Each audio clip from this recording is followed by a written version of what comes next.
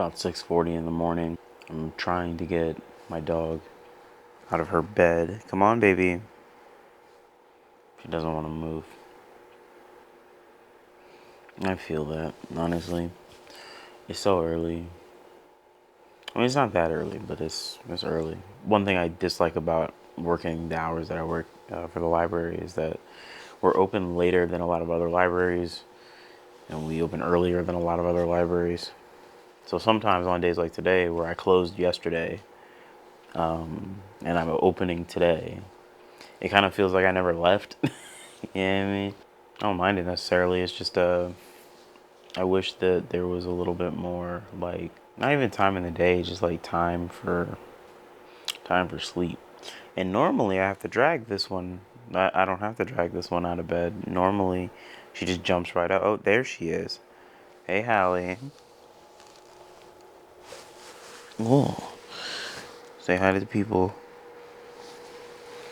There's my baby. Yes.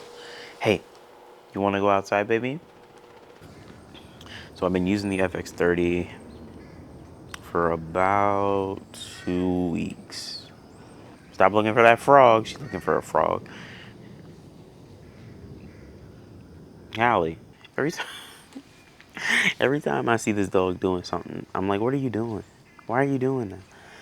I feel like this is kind of like the outside vlogging corner. Light behind me here. Plenty of light coming in from this way.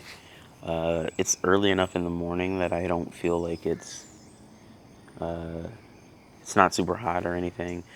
There's, the outside noises, the normal outside noises, but nothing crazy. The 11's a good enough focal length that it's not like super. I'm trying to keep her in the frame so I can see her. I have that like distance away so I can hold it at an arm's length and kind of be fully in the shot. Have a little bit of background. Right now, the way that I'm set, I probably should drop a.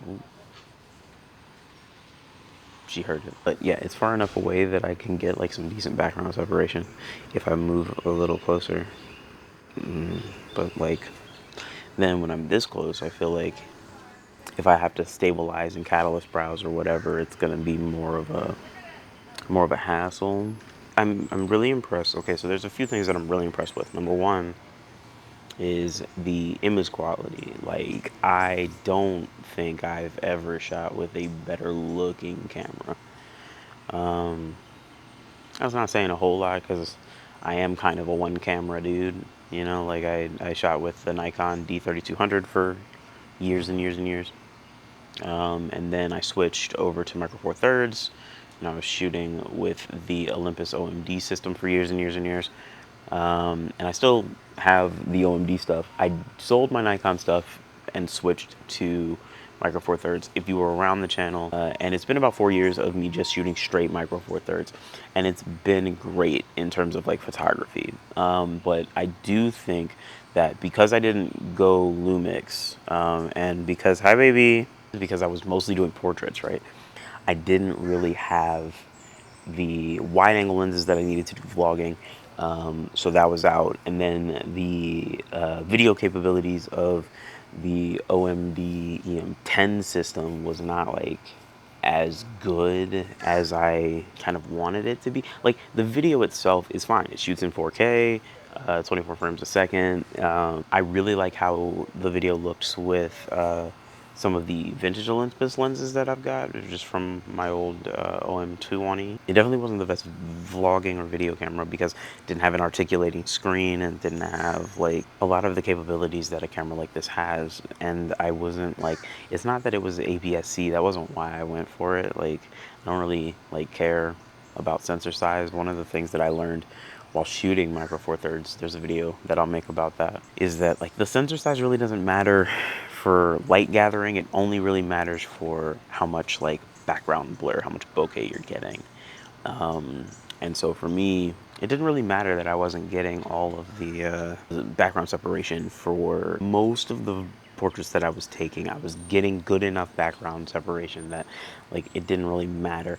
And once you get certain lenses, like I don't have the 75 yet, but I'm thinking that like once I get the lenses I need for the Sony system, that'll be the next micro four thirds lens that we go for. The 75 millimeter f1.8 from Olympus is amazing. It's probably the best micro four thirds lens I've ever seen and shot with, but I've only ever used it a couple times in store. So I don't have like a, here's a full review on that. I don't have that. But I do have a little bit of experience with it, and I've seen every video about it. So I'm kind of like, I want to try that. Also want to grab another one of the 45 millimeters, which is like the 85 equivalent. You know, mine's been acting weird. I don't really know why or what it's doing. So I want to replace it, I think. Anyway, I'll make a video about that. Long story short, I really enjoy shooting with micro four thirds because it's small, it's lightweight, the lenses are tiny, everything is a lot smaller, and it's easier for me to carry it around. And I find that as long as your camera kind of looks like a camera, most clients don't care. Most of the clients I'm working with anyway, the smaller end portrait clients, weddings, graduation photos, like people like that don't always care, especially if they're at my price range, which is very low. They're like, whatever, you got a camera, bring it, who cares? And that's fine with me because that's less pressure on what I'm delivering, so that's cool with me. But I will say that the cool thing about having an APS-C sized sensor is that you get a heck of a lot more background blur than you do with micro four thirds without even really trying. The lenses that have the same focal length and that have the same aperture give you a different amount of background blur. See, this is nice because now the lights are on, but it gives you a better amount of background blur than a micro four thirds camera with with the same size lens with the same aperture, same amount of light, different amount of background blur, background separation, which is fine, which is why I started using the vintage lenses on the micro four thirds body, because it gave me that look. I think the 50 mil turns out to be like 102 or something like that. So the background separation for that is amazing. It looks incredible. Now that I've kind of gotten used to the manual focus and I've been using the articulating screen more, than the viewfinder, because my eyes are getting bad. This is one of the, yay, we're getting old. It's harder for me to see through the EVF, it's so small, which is another benefit of having an APS-C sized sensor. Even though the FX30 doesn't have a viewfinder, if I ever want to get into Sony for photography, I kind of just feel like there's a few benefits to shooting APS-C. A heavier camera is better for video, which I know I got rid of the Nikon system because I wanted to lighten my load up, and I did, and I do. There's a reason I carry the ZV-1F around and not the FX30, even though I do carry the FX30 a lot. Just because I've been trying to get used to using it. So I carry it around all the time, everywhere, but like, it is heavy, it's very heavy. So the ZV-1F kind of goes with me everywhere, and it's lighter weight. It's not as good, I guess, but like, of course it's not an interchangeable lens system. It doesn't have VSC size sensor. It's not basically an FX3 on a budget, like, so yeah, of course it doesn't look the same, but it has a very similar look and a very similar color palette. It's a 20 mil f2 lens, so like that's a solid kit, man. And I carry it with me everywhere, and I get good results out of it. But I decided that I wanted to go a little bit more pro with this, and we'll just see. I'm gonna get some more lighting stuff. The 27's in the mail. So when that comes in, maybe I'll do some reviews, and you can talk about the 11 mil that I'm shooting this with, the 20 mil Viltrox that is probably like the best bang for my buck I've gotten out of a Sony lens so far, and the 27, which is in the mail that I haven't shot with yet, which is like a 35 millimeter equivalent. Everybody's been ranting and raving about it. And then eventually the 75 mil will be on the list too, because I think with that like 4 lens combo, I'll kind of have all my bases covered.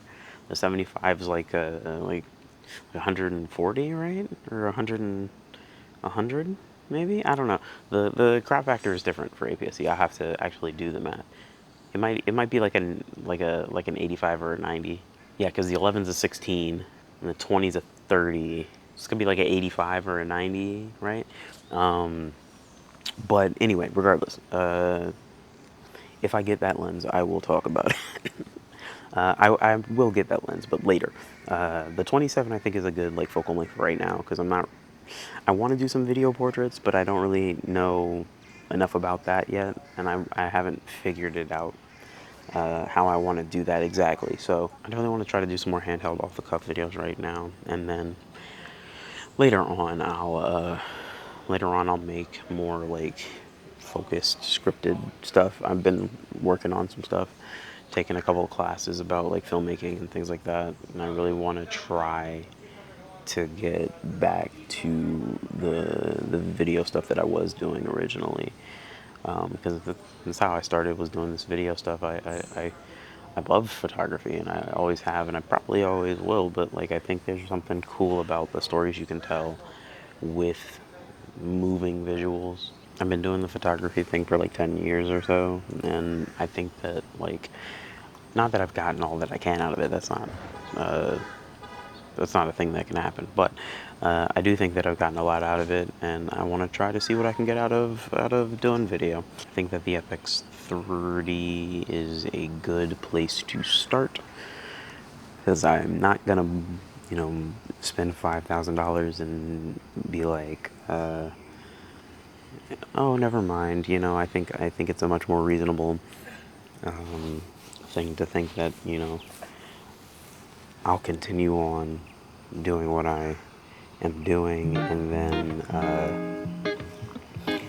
if the YouTube thing doesn't work out again, or if it gets like more toxic like it was before, then I'm just gonna keep using it and keep shooting for myself, and not really worry about what anybody else is saying or doing. And yeah, I'm gonna go get my dog before she jumps over this fence. Peace.